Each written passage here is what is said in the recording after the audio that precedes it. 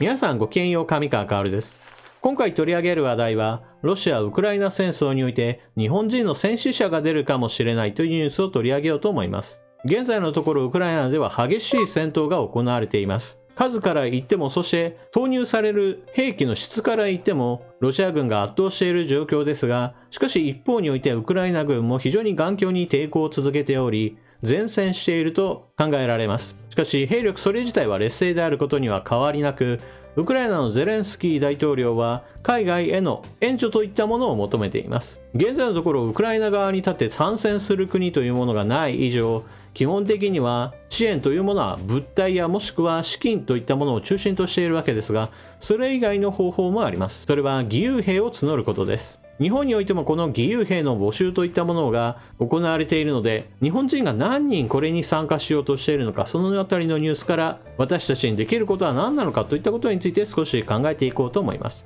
それでは関連ニュースをどうぞ。ウクライナ義勇兵に日本人70人が志願、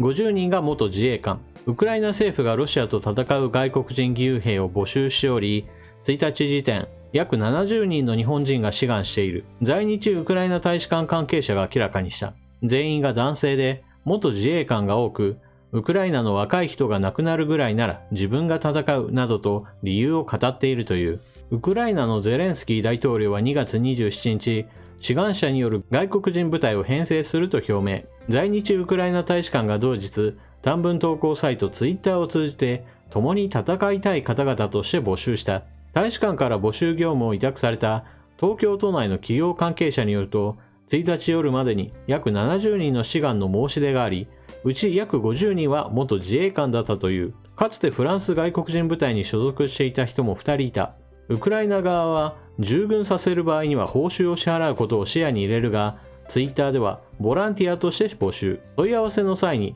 日本にいても大して役に立たないが何か役に立つことをしたいなどと純粋な動機を語る人が多かったという。もっとも日本政府はウクライナ全土の危険情報を最高度のレベル4退避勧告に設定している。林外相は1日の記者会見で、在日ウクライナ大使館がそうした義勇兵の呼びかけをしていることは承知しているが、目的の遺憾を問わず同国への渡航はやめていただきたいと強調した。在日ウクライナ大使館も実際に義勇兵として派遣するか否かは日本政府と調整の上で決めるとしており、人道支援などを担う可能性もある。一方、他の国では志願兵の扱いについておおむね認める方向で話が進んでいます。デンマーク、ウクライナ外国人部隊への国民参加を容認。デンマークのフレデリクセン首相は27日、ウクライナがロシア軍と戦うため編成する外国人部隊へのデンマーク国民の参加を認めると発表した。フレデリクセン首相は記者会見で、誰にも可能な選択だ。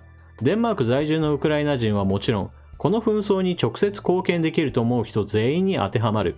ウクライナへ行き、同国側について紛争に参加するのを妨げる法律は、一見したところ存在しないと述べた。記事はここまでですが、イギリス、クロアチア、ラトビアなど、ウクライナ周辺国ではまさにこうした義勇兵の出国について特にこれを妨げるという話はなさそうです。志願者70人ほどのうち約50人程度が元自衛官ということで、これらの人に対しては私はそれほど引き止めなくてもいいのになと思う方です。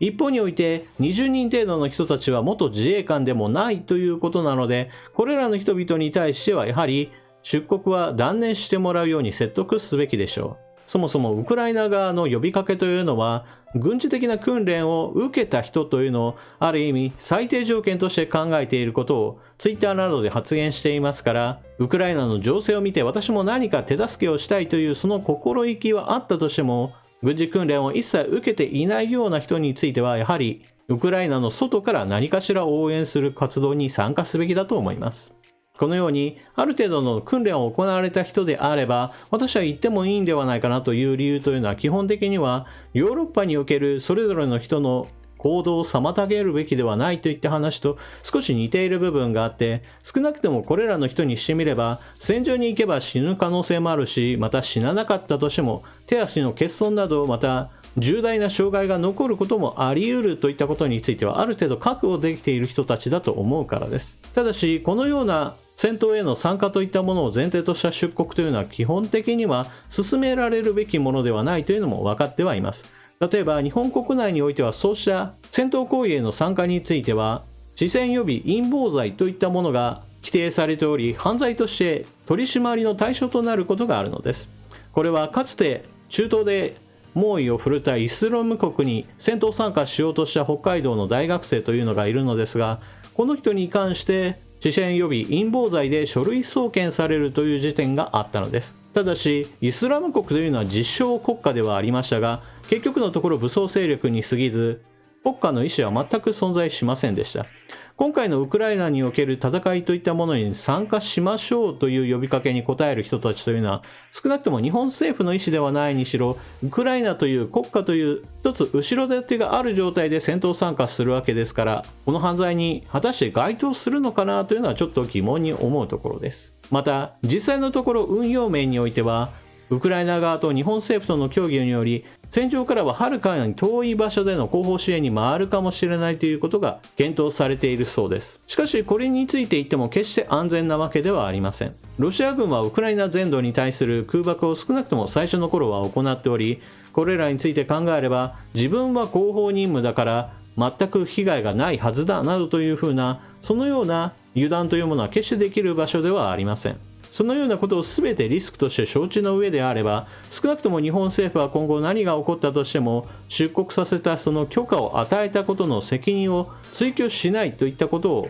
一筆書いてもらうなどと、ある程度の措置をした上で出国を認めるのも一つの手ではないかなと思います。一方で日本国内においてはこうした訓練を受けている人というのは本当にごくごく一部にしか過ぎないという事情がありますから、多くの人たちにとっては銃器の取り扱いをそもそも知らない人の方が圧倒的に普通と言えます。ですから志願兵の呼びかけがあったとしても、実際のところこれに応えられるその能力といったものがない人の方が圧倒的な普通なのです。そうしたわけで日本国内においては反戦運動として言えばデモ活動に参加するであるとか、もしくは自分自身がプーチン大統領に対する批判文を書いたりして SNS 上やブログなどに掲載するなどといったそうした行動へとつながります。ただしこれらの行動について言えば、インターネット上においては戦争反対を言うんであればロシア軍を止めるためにウクライナ側に立って戦場に立って戦えばいいなどという非常に極端な意見を言われる方もおられます。その中でも有名な人といえばテレビコメンテーターの橋本徹さんがそれに該当して、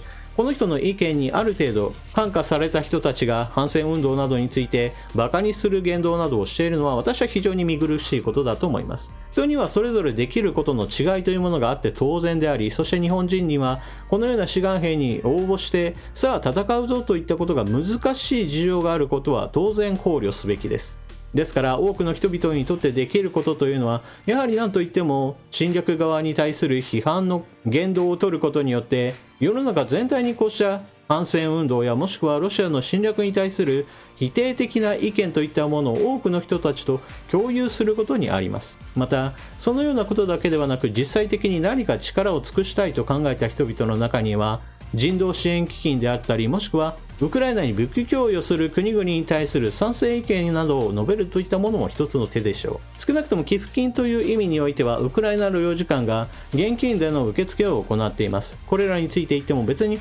銃器に変えるために募金を受け付けているわけではなく、基本的にはウクライナはまさに戦場になってしまったわけですから、物流やもしくは生産活動については大幅な制限が加わるような状態になっています。ですからある程度のお金を外部から持ってこないと必要な物資についても自分の国の中で生産できるような状態ではないのです。ですからそのような人道支援基金というものを利用して海外から生活物資そのものについても輸入していかなければならない状態なのです。またこうした寄付金について言ってもお金だけではなくポイントでの募金といったものも受け付けるようなことが今は行われています。ヤフーなどでもポイントでの受付が行われていますし、また楽天においてもつい先日からはこうした楽天ポイントでの寄付を集めるようになっています。人それぞれ自分の持っている能力や環境、そしてどのようなことができるかといったのはそれぞれ違うわけですから、志願兵の募集があったとしてもその志願に応募できない人を何か蔑むような言動をするのもおかしいと思いますし、そのような活動ではなく寄付やもしくは反戦のデモ活動に参加するといった人それぞれの行動をそれぞれが認め合うことも私は必要なのではないかなと思います。また、そうしたロシアの侵略に対する批判的な言動を取るということは、大きな意味においては国家そのものの態度にも影響を与えます。例えば、ヨーロッパなどにおいては、ロシアの侵略に対しては初期の頃は一致団結できなかったのですが、しかしここ最近においては、ロシアの侵略を止めるにはより一致団結した行動が必要であるという考え方がより多くの人たちに共有されるようになりました。それは国民の多くが反対意見を述べ、今の政府は一体何をしているんだと批判的な言動がまさに政府を突き上げたわけです。そのようなことによって、例えば SWIFT、国際的な決済システムからのロシアの排除について、初期の頃はまとまらなかったものが、現在ではいかにして SWIFT を実施するかについて、その具体的な内容へと踏み込み、そもそも実施することについて決定しました。また、それだけではありません。今までは中立的な国であったところにおいても、ロシアの侵略に対して抗議の声を上げる国民の声を受けて政府が動き出しているのです。例えば、永世中立国のスイスは EU と同じレベルにおいてロシアに対する経済制裁を実施することを発表していますし、また NATO に加盟していない中立的なスウェーデン、フィンランドなどについてもウクライナへの武器供与を発表するなど、明らかに国民の声に突き動かされる形でのウクライナ支援へと発展しているのです。一人一人の声というものは小さいわけですが、しかしそのような声が大きくなることによって政府も突き動かされるというこの現象は、やはり一人一人にできる草根の運動が決して無意味ではないことを示していると思います。皆さんは今回の話を聞かれてどのように思われたでしょうか。ぜひともコメントしていってください。それでは次の動画でまたお目にかかりましょう。またね。